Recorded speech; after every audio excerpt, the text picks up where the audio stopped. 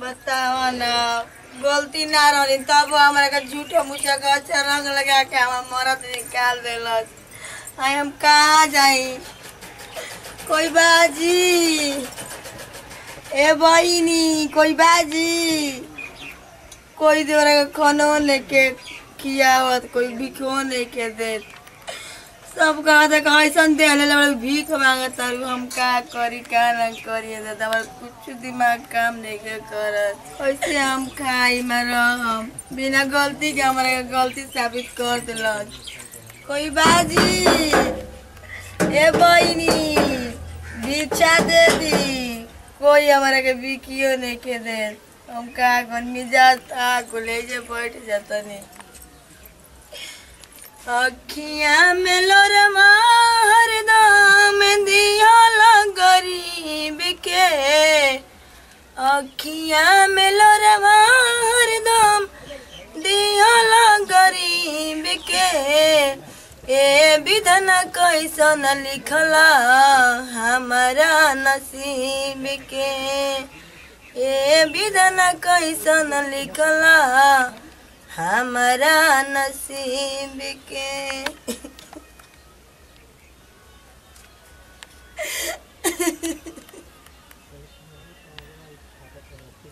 ओकरा से बने वाला के हमारा बियाह ना बोई रही ना दे बेटा से बियाह करके हमारी जिंदगी नरक बना दिलस रे। चलो ये दादा मने चली। धान फसल बढ़िया भइल बना। ला चानी काटा हमारे खेत में पानी ना करो वैला बढ़िया तरे खेत में पानी हो जाए का हो जी झूठ मूठ के खाली बाहर मावा तड़ा। तू ही एगो भाई हवा के रवा त हमरा में दादा।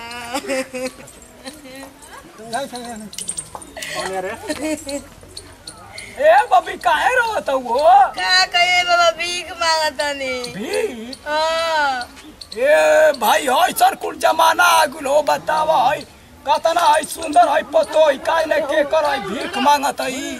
हाय होय से आवा बाबू बैठ बैठ है जे बैठ आवा। काहे भीख मांगत हो? का दिक्कत बा? का कहिए बाबा हमर मरद निकामा मिल गेल बा, मार के घर से खदेड़ देला। बताओ भैया ये ना आजकल करत बस हो अपने तो गलती करत बस आय आ कहे लगत बस कि है खराब बात है खराब बा ऐसे कुल्ला करे के चाहिए हो। बतावा वो कनी के समाज में रहत बस लइका तब वो कनी के बुद्धि ज्ञान आजकल नइखे होत तो कहाँ जैबू भीख मांगे? चल हमरे क्या खा लिया का कर चल बाकी गाँव सोने बारी बाई तो खेत देखे खातिर आ गई रही है बगले में हमार खेत बा। ए ले आ दी ना कुछ खा ले। ठीक बा कह दो तो हम तो ले आइए दे हम, लेकिन बाबा। हमारा बहुत दुख लागत बाबू तारा के देख के। तो का करी? कोई घरे जात नहीं कोई भी कियो नहीं के देता हमके। काहे भगवान ऐसे कुल्ला करे के चाहिए। बहुत नहीं साफी भइल बा बेचारी के साथे। ठीक बा तब ऐजे रही हम जातनी ले आइब ना। ठीक बा जा ले आवा। जातनी ठीक बा ऐजे रही बाबू ना। ठीक हम बा तुरंत लेके चाप लेके आ आई। जाई। हां लेके आई है जे बनी। बताओ ना कितना अच्छा रहला बाबा। एक के बोलनी गोलन खाना ले आवे। इंसानियत इन कहला एक से के बाद आदमी खाए भीख तक आदमी नहीं के दे पावा। ठीक बा बाबा जाई रे खेत में। बताओ ना दोनों बाबा चल गइलन जा अभी तक ना आइलन जा हम अकेले जा बैठ के का करब। चलो हम जाई कहीं पेड़ उड़ लौकी हो जे बैठब। बाबा भी तो अइलन ना कुछ चल ना अइलन तो कोनो बात ना जाता पेड़ के नीचे बैठब छा ठंडा आराम मिल जाए तब कहीं जाई भीख उख मांगे। का करी जाए तनी बाबा लागत कि अब ना आई है। चलो ये दादा ये घरवा जा तनी मांग के देखे कोई देता कि ना। हम ना जानतरन के हमारा के भगवान अपना जिंदगी में दुख भी दिया न तकलीफ दिया। जिंदगी से दुख से हम बहुत हम कष्ट झेलनी। कोई बाजी के बा? कोई बाजी?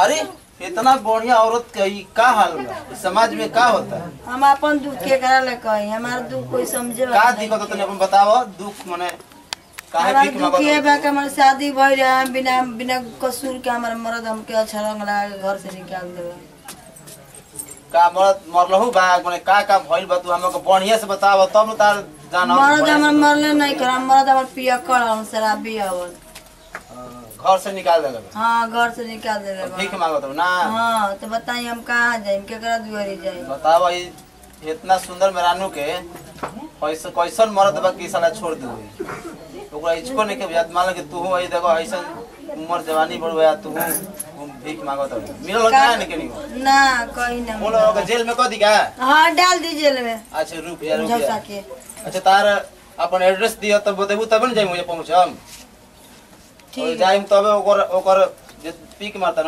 हाँ। ओकर हालत खराब हो गई अच्छा आवे जा पैसा पहले तो चल अपन खाना वाना खा अपन बताओ कहानी का तकलीफ बा का नहीं ठीक बा हमरा कुछ ला दे मर्द हमारा के कपड़ा त लेके थरिया लेके भीख मांगे के छोड़ देल जा घर से निकाल देल ओकरा घर में हम दोबारा कबो ना रह भले मरे के मर्जी में के ओकरा घर में दोबारा ना जीम तब ओकर घर में ना जेबू ना हम ना ओकर आगे बारे में का सोचलू है हम कुछ ना सोचनी हम पसंद भीख मांग के जाए ना शादी ब्याह के बारे में नहीं सोचा ना हम शादी ब्याह के बारे में नहीं सोचते बात कहलू है कि मतलब कि हम घर से निकाल देल बन जाए हमारा कोई देखे वाला नहीं के करे वाला नहीं के सगरी से हमके महाका दिले बाबा जनाम कर दिले चाहता बात डालो अपनों के तू नहीं बने जाए चाहता शादी उदी के बात करी अभी कुमार पर नहीं बने इतना औरत सुंदर भी है कैसन साला भटियारा मर्द लोग छोड़ दिले अच्छा उनको बात करो तनी तो का हमार शादी करबो तू ई का साहब ई का मजाक करतनी अरे हमनी के दू भाई बानी जा न लो देखो हम फौजी घर से बिलोंग करे ना परिवार से बानी अभी हमरो शादी भइल नहीं के रौरा कहाँ बड़ घर के हम कहाँ अरे गरीब बड़ घर के छोड़ा हमनी के सभ्यता परिवार से हनी जाइल हमनी के केहू के दुख तकलीफ देखल ना जाला ऐसे भी देखनी कि तू सुंदर उंदर बाड़ू हमार अभी शादी दिन के भेल हमहू अभी फौजी अभी कुछ दिन भइबे के लइला वो देख रौरा नौकरी करला हम कहाँ भीख मांगे अरे के में का मिला अच्छा छोड़ले बा तब नहीं से बुझाता रू फिर अब आज वो घर में देखते बड़ो घर दुआ कैसन बड़ुए बोलो ना का ना हम बियाह ना कर अरे अब एक बार सोचा मत जाइल आराम से चला मंदिर में जाके और माला में किन के शादी उदी कर ली जा आराम से घर रही जा तो बुझाते नहीं कि हम करी तो का करी गांव घर टोला माला का कोई समाज अरे देखो भिखारी से बियाह कर ले भीख मांगे वाली तो इस समाज का करी इस समाज तो तू तो गाँव में घूमलो नु समाज का करुए हम चला हम शादी करी जा समाज के हम के देख लो घर गांव के जना देबे ठीक बा समाज के का समाज तो घूमते बाड़ू तारे का पूछुए नहीं साहब रहे दी हमारा से बढ़िया रह लड़की मिल जाए हमारा से का बियाह कर अरे देखो हम तार झलाइए खातिर सोचता नहीं देखो हमारे ऐसा फौजी दिलदार बा नु तारे का हम पूछ देनी तो दूसरा कोई इतना तू रस्ती घाट सही तो पूछल हसन कुछ मिलल है एक लोटा पानी मिलल है ना ना तब तारा के हइसन घर परिवार रही देखो तो वही महल घर बड़ एकरा में तारा अटकत तारा के बढ़िया बात कहल जाता आराम से खुशी से शादी होको आ घर द्वार आदमी खिसे है ना ओकर चली जब मने बा तो चली कर ले तो ये घर बा चल ये रख बा रखो पहले हम चलत हैं ठीक बा ठीक बा चल ये देखो तो तनी बताओ अब अपन घर बा चलन सरिया दी आई सामानवा अपन किनारे कर दे तनी आई जे तनी बताओ कितना बढ़िया मिल गई तो सपना ना सोचते रहनी हम जिंदगी हमर भागे किस्मत पड़ गई चलो ये जाता बैठा अपन देखब कहाँ ले बोल बनी अपने आई कुछ कहा कह के बुलाई हमरा बुझाते नहीं छे आई जी केने बनी रुक जा आवता ने आई एने कहाँ चल गई नी जी खाना ना के व्यवस्था सारे करत नहीं आवता ने ठीक भाई आई हम बनाएम नु खाना आगो नी